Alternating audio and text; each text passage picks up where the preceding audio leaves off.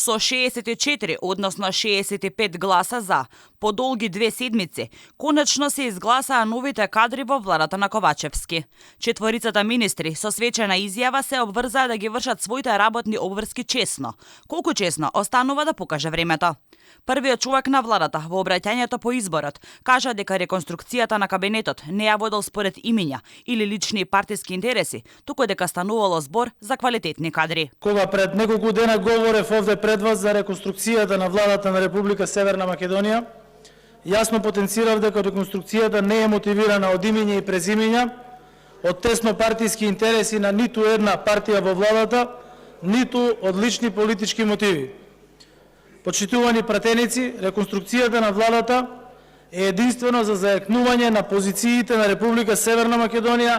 Изјавата на Ковачевски е проблематична, особено во делот каде веле дека не бирал кадри по партиски интереси, а токму причината на реконструкцијата на владата беше оти за неколку пратеника плюс, Ковачевски го преми назад во владата Таравари, чија партија пред неколку години го раскина бракот со СДСМ. За да се задоволат апетитите на Алијанса на албанците, Ковачевски беше принуден да направи промени во владата, па така Алију и Меджити ќе ги заменат Алити и Беким Сали од Алтернатива. Кренар Лога седнува во фотелјата која ја држеше професорот Никола Тупанчевски, а Шукова го менува Насер Нуредини од ДУИ. А кои се новите министри? Лица речиси и непознати за јавноста.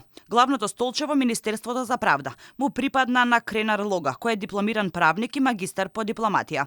Лога бил советник за правни работи во општина Струга.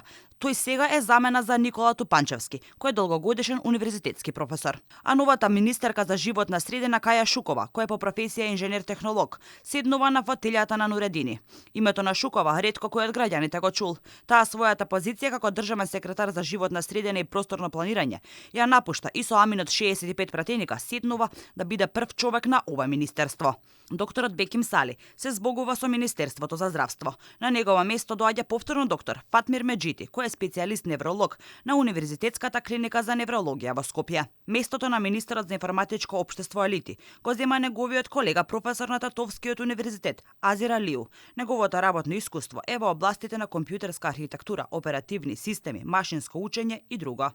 Со реконструкцијата се опфатени и заменици министри во ресорите одбрана, правда, земјоделство, образование и здравство. За нив тек допрва парламентот треба да расправа.